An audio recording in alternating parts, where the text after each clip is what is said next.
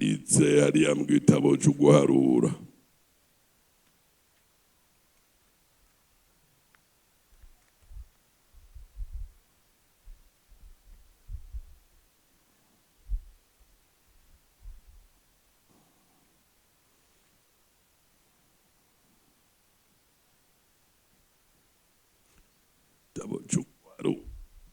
Igitabo cyo guharura igice cya kabiri, tusome ku murongo wa mbere, tusome imirongo mike.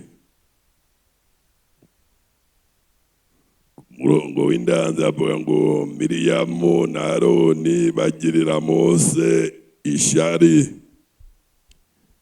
Miriyamu na Aroni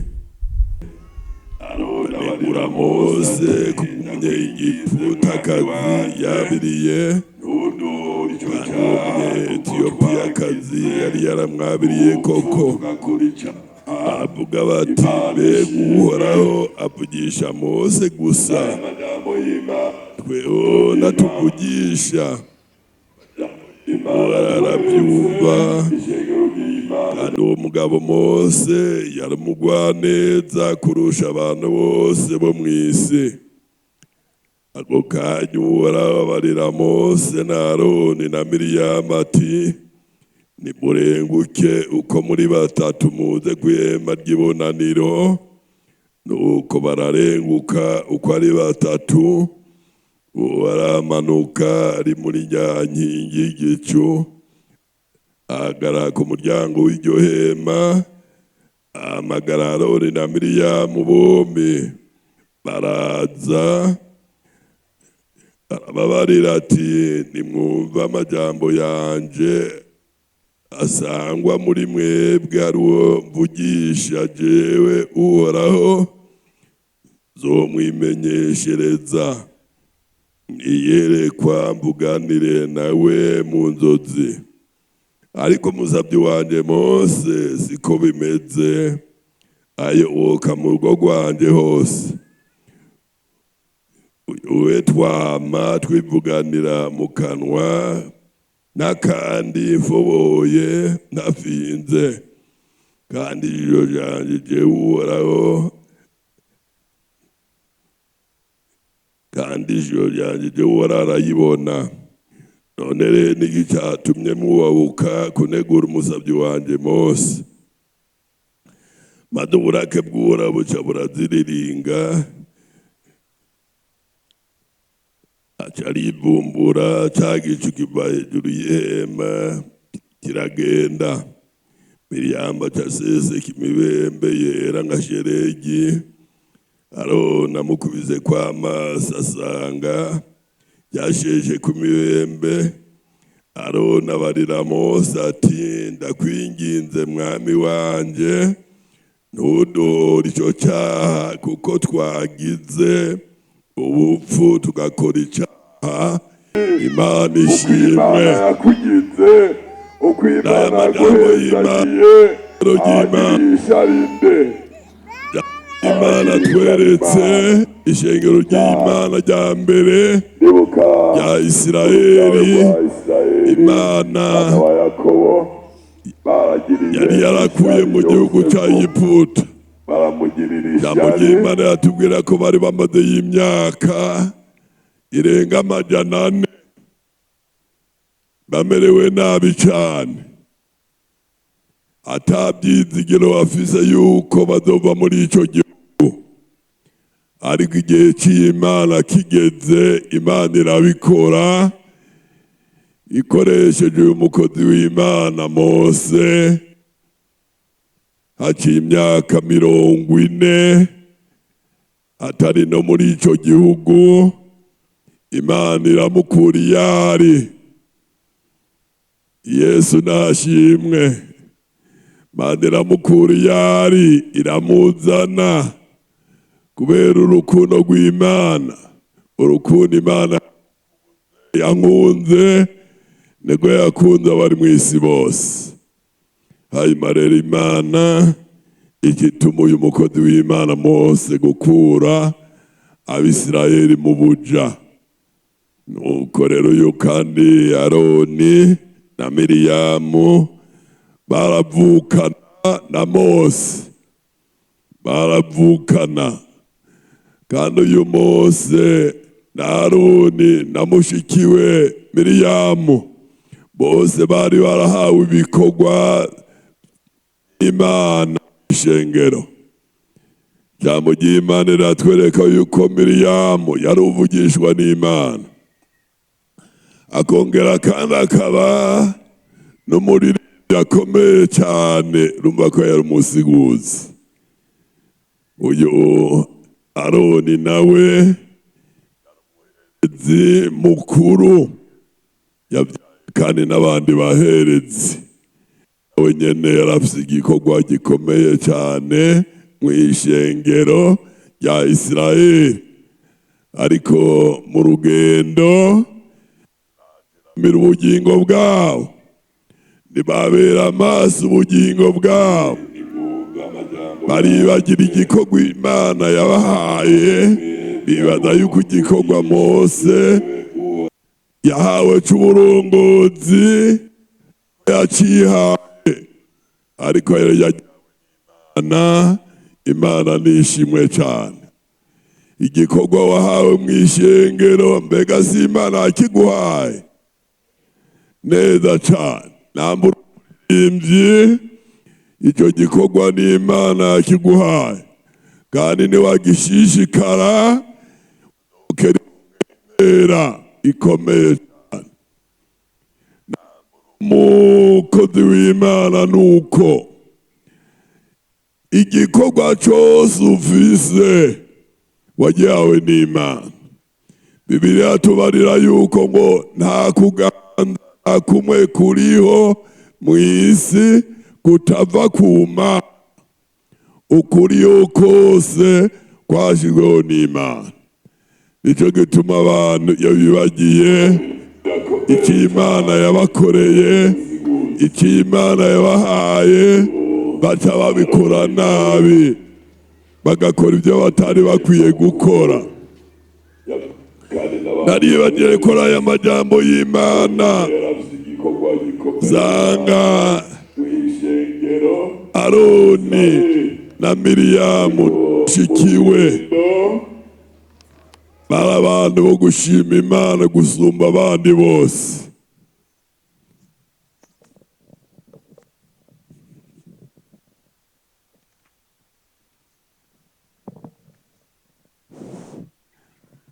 Imana yari yarabateye iteka ridasanzwe, ibikorwa byari bigabuye. Aroni igikorwa yawe n'Imana cyo kumuhereza mukuru n'icyamubumba.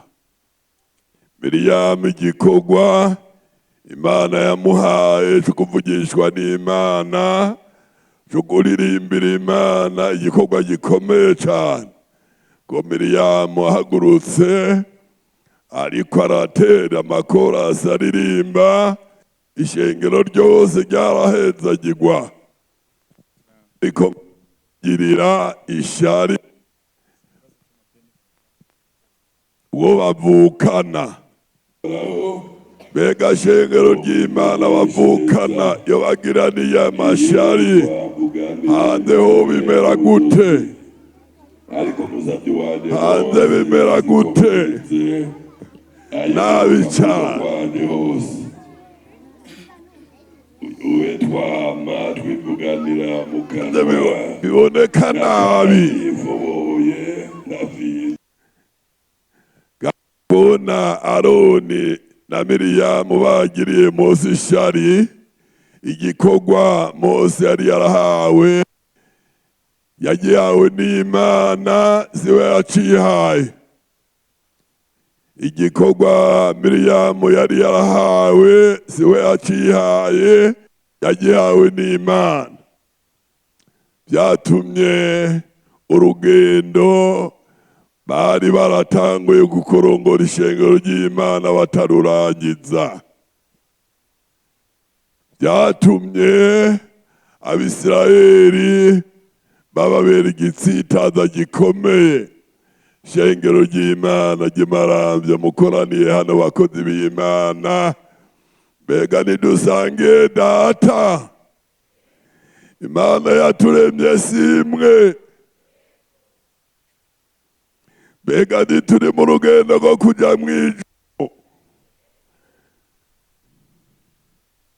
none turasengeranira mu rugendo, turasengeranira mu rugendo, turashigikirana. Mana ishimwe cyane. Urugendo rwa Isirayeli niko rugendo rw'ishengero ryo muri iki gihe cya Yesu.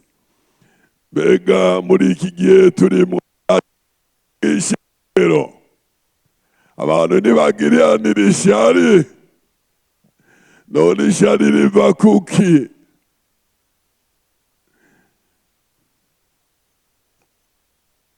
Niko nasoma nasanze cyatumye Abisirayeli bagira ingorane mu rugendo, nuko bari bajanye n'ikivange cy'abanyamahanga.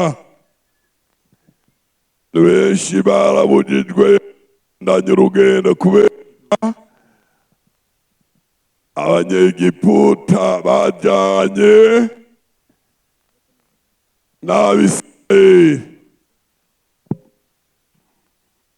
barabosha, barabananiza, batuma barambirwa mu rugendo batanguye, bakifuza gusubira inyuma iyo bavuye.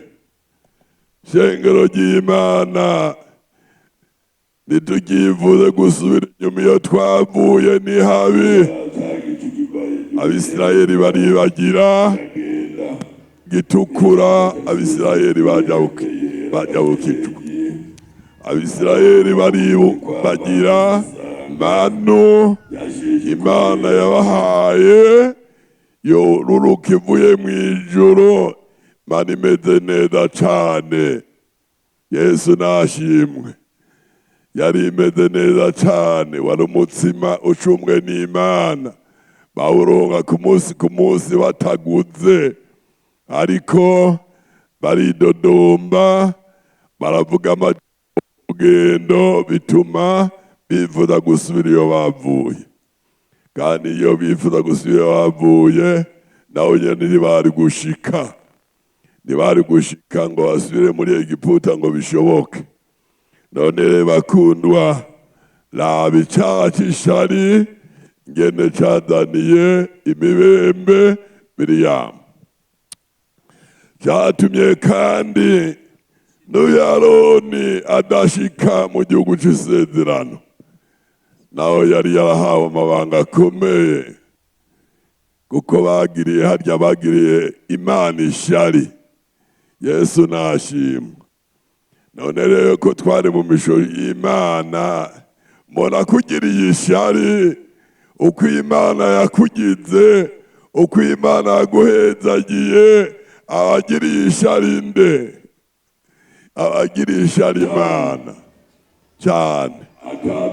Ndibuka urubyaro rwa Isirayeli, bana ba Yakobo, baragiriye ishari Yosefu, baramugirira ishari, barategura no kumwica. Nuko ariko Imana iramuzigama, Imana iramuzigama, kuko yari yaramuteguriye ibikorwa bikomeye cyane izomukoresha kuri bene se nyuma y'imyaka 40. Yesu nashimwe. Imana rero icyatumye ubaho, icyatumye umunsi uriho, uri mw'ishengero ry'Imana, n'umugambi w'Imana. Shengero ry'Imana, Imana yagushize kugira ngo ukore uko Imana yaguhamagaye. Umuntu wese ngarafise igikorwa ciwe, kandi icyo gikorwa niwagikora neza uzokerongera impera ikomeye cyane. Imana ishimwe cyane. None rero twiyubahiriza byatumye Miriyamu Imana ihaguruka iragwanira Mose. Mukuru we na mushiki we bari bamuhaye abandi ngo bamugirire nabi, ariko Imana iramugwanira. Bene data, Imana ntiyama kugwanira umurango no mwijoro. Abanyeshari bagufitiye ishari, ngene Imana aguhezagiye, ngene Imana akugize ukuri, ngene Imana aguhaye ahuba, ngene Imana aguhaye urugo, ngene Imana aguhezagiye muri kino gihugu cyacu c'Uburundi. Ari abagufitiye ishari, ariko Imana igenda yerekana ko ariyo yaguhamagaye, ari yagutoranije. Imana ishimwe cyane. Bagomba kandi dusome ngaho muri icyo gitabo cyo Kuvayo igice cya 15 dusome Imana. Ariko aratera amakorasi aririmba, ishengero ryose ryahezagirwa ariko girira ishari uwo bavukana. Mbega shengero ry'Imana bavukana iyo bagira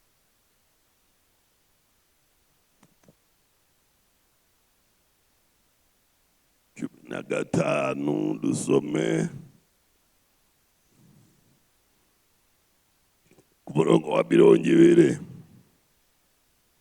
Kandi Miriyamu yavugishwa n'Imana mushiki wa Aroni, ayitana agashako k'ingoma. Abagore bose barasohoka baramukurikira, barinda udushago tw'ingoma, bagenda barabyina. Miriyamu akabaterera ati nimuririmbire Uhoraho, kuko ari n'intsinzi y'agahebuza. Ifarasi n'uyigenderako yabinuze mu kiyaga. Imana ishimwe. Miriyamu yaruvugishwa n'Imana. Imana ibatabaye, Imana ibajabukanije ikiyaga gitukura. Shengero ry'Imana ari ibiyaga Imana imaze kubajabutsa.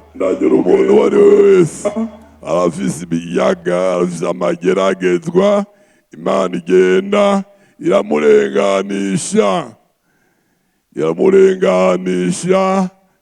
Satani yahagurutse kugira ngo nturengane, Imana ikakurenganisha, ikagutabara, ikakugwanira.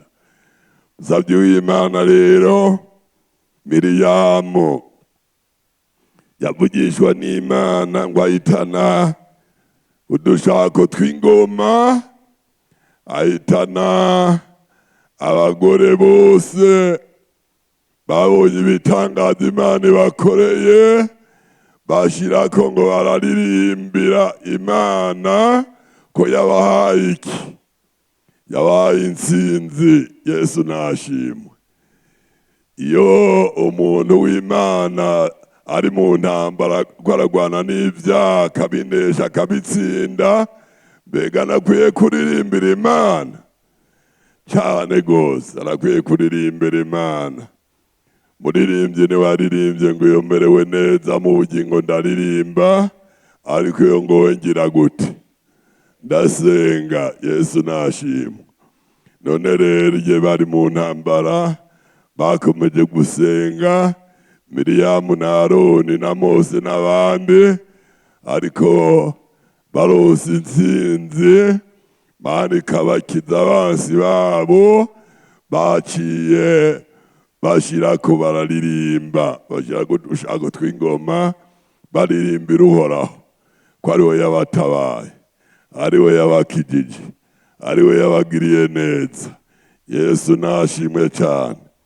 Turangirize hariya mu butumwa bwiza bwa Yesu bwanditswe na Matayo, na turabe ijambo ry'Imana. Matayo igice cya 27 dusome amajambo y'Imana. Uko bagiriye harya bagiriye Imana ishyari.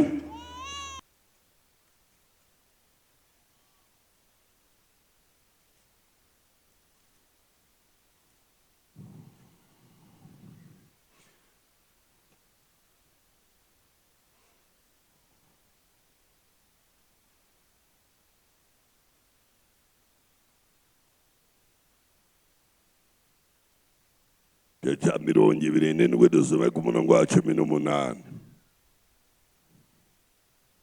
Kuko yamenye yuko ishyari ari ryo rimubatangishije, aticaye ku ntebe y'imanza umugore wiwe amutumako ati ntihagire icyo ugira uwo mugororotsi, kuko naraye ndose mbona mbabazwa byinshi kubwiwe. Ariko abaherezi bakuru n'abashingantahe bose ishengero ngo rimusabe ryicishe Yesu. Icyo cegera kirababaza kiti muri abo bombi wo mugomba ko ndabakorera ninde?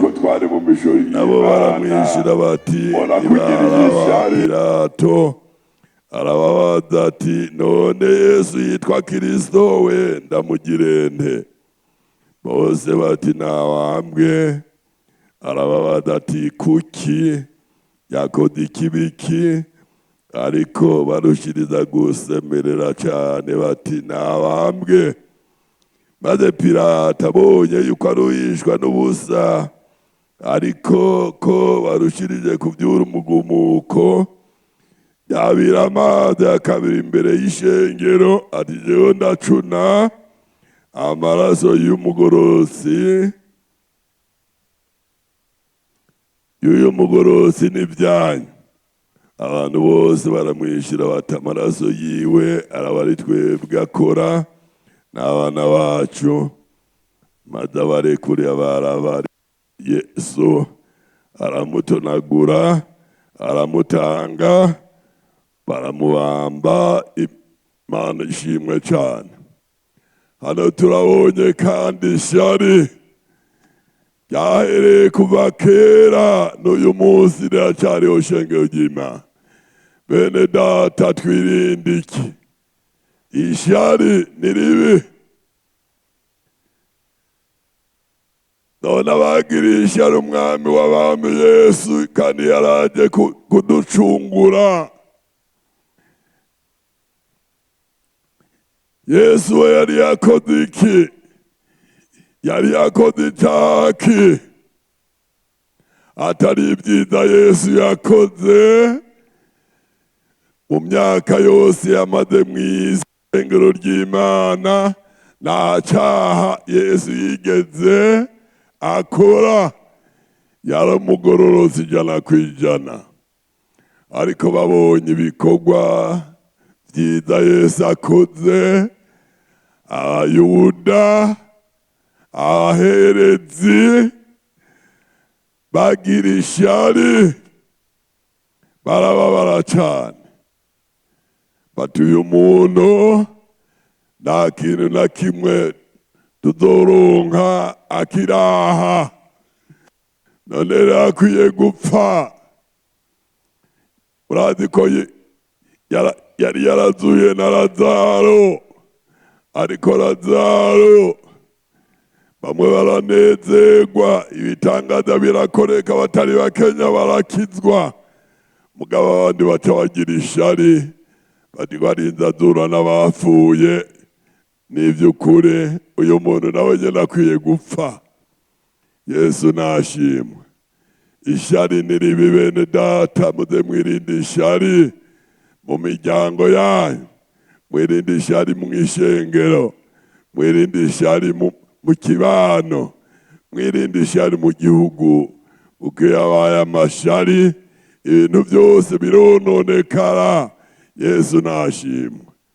None rero turi hanga ryera, turi ubwoko bw'Imana, abantu batoraniye kuba abaherezi, dukoraniye kuba bawe n'abaherezi. Twirinde ishari, nuko tube kure y'icaha. Imana nyanamahoro izodukorera ibitangaza. N'uyu Yesu rero yakoze ibikorwa byinshi, ariko abaherezi bakuru n'umuherezi muri za ntumwa za Yesu 12, murazi yuko umwe yaciye avamwo, yitwa nde? Yitwa Yuda. Akunda amahera gusumba uwamuhaye ubugingo, uwamuhaye ijambo, uwamugize umuntu adasanzwe, aremera aramugurisha. Amugurisha ku baherezi. Abaherezi baramugura, baremera, baratanga amahera. Ati twamurondeye kera, none turaronka uburyo bwo kumushikira. None rero ko turonse umwe mu ntumwa za Yesu, ubu bizogenda neza. Hanyuma rero Pilato acabaza abaherezi iti, none Yesu yitwa Kristo ndamugirene ko ataca namubonye ko? Ariko bose ngo mubambe. Mubambe n'ishengero ryose, ngo mubambe. Abaherezi baca babwira ishengero ryose ati uyu muntu akwiye kutabaho, kwiye gutabaho. Ariko Yesu yari umugororotsi. Umunyabyaha yitwa Baraba, abari warekugwa. Mugabo umugororotsi Yesu ngo nagire gute? Nabambwe. None yabambigwa iki? Imana idufashe, shengero ry'Imana. Shengero ry'Imana ry'Imarambya, bene data mweze mukoraniye hano, twirinde kuba nka Yuda. Yuda yarahemutse, yaremukiye Imana, ahemukira uwamugize umuntu, uwamugize umuntu adasanzwe, aramuhemukira. Kandi ibyo yakoreye yaciye afata biriye. Bene data mwirinde ishari. Na muka Pilato Imana iramugera mw'ijoro, yamubariye ati uyu mugororotsi yitwa Yesu ariko arababazwa kubwo abari mw'isi bose, ariko aragirirwa nawe kubwo abari mw'isi bose. Aja atuma ku mugabo wiwe ati naraye ndose mbabaza kubw'uyo mugororotsi, ntagira ico umukorako. Ariko kubera amajwi, kubera abantu bamuremereye, nuko aca ngo aramutonagura, aramukubita, acamuhereza ishengero n'abaherezi ati nimugire uko mugomba kose. Yesu baca baramubamba. Nuko abambwa n'abatari bakwiye kumubamba, yicwa n'abatari bakwiye kumwica. Shengero ry'Imana, bene data, cyangwa umuntu akora aba ariko arabamba Yesu. Ishari ugira uriko urabamba Yesu, ikibi ukora cose uriko urabamba Yesu. None twongere gusubira kumubamba. Yesu yaraducunguye, n'umwami w'abami. Nibuka Yesu agendeye kwa Lazaro, inama yakikorakorana. Umwe Yesu yari yarazuye, yongeye gusubira kuza kumuraba. Baca barakorakorana, ati tuje tubicana na Yesu. Ako kanya barababarira Yesu n'umukiza bw'abana b'Imana. Imana yagiriye ubuntu ikaba ku byiza byose, ugasanga barimo agatima katameze neza. None rero tuba abana b'Imana, tuba abantu b'Imana, kuko iri juru umwami Yesu yagiye kudutegurira, yariteguriye abera, abagororotsi, abihanye ibyaha byose bakabireka, abo nibo bazobana mu ijuru. N'aya majambo y'Imana rero, shengero ry'Imana, umwami yampaye ngo dusangire namwe, twirinde ishari muri runo rugendo turimo kuja mu ijuru, kuko abagize ishari bose ntibashitse iyo baja, baheze mu bugaragwa, hashizeyo abantu bake cyane. None rero ishengero ry'Imana ryakoreye Imana imyaka myinshi, n'abakozi b'Imana, bene data, nidukorere ubusa, nidukorere ubusa, dukore tuzi ngo tureko turakorera ijuru. Imana nibahezagire mwese. Mana, turagushimiye imbabazi zawe n'ubuntu bwawe Mana watugiriye, ukaduha kukumenya Mana tutari tukuzi. Kubw'ibyo mwami Yesu turagushimiye, iri shengero ryose ryakoraniye kuri uyu musozi mwami Yesu, ryakoraniye ngaha kugira ngo mwami wongere kubigisha, ubagendere bige kukubaha no kugukorera.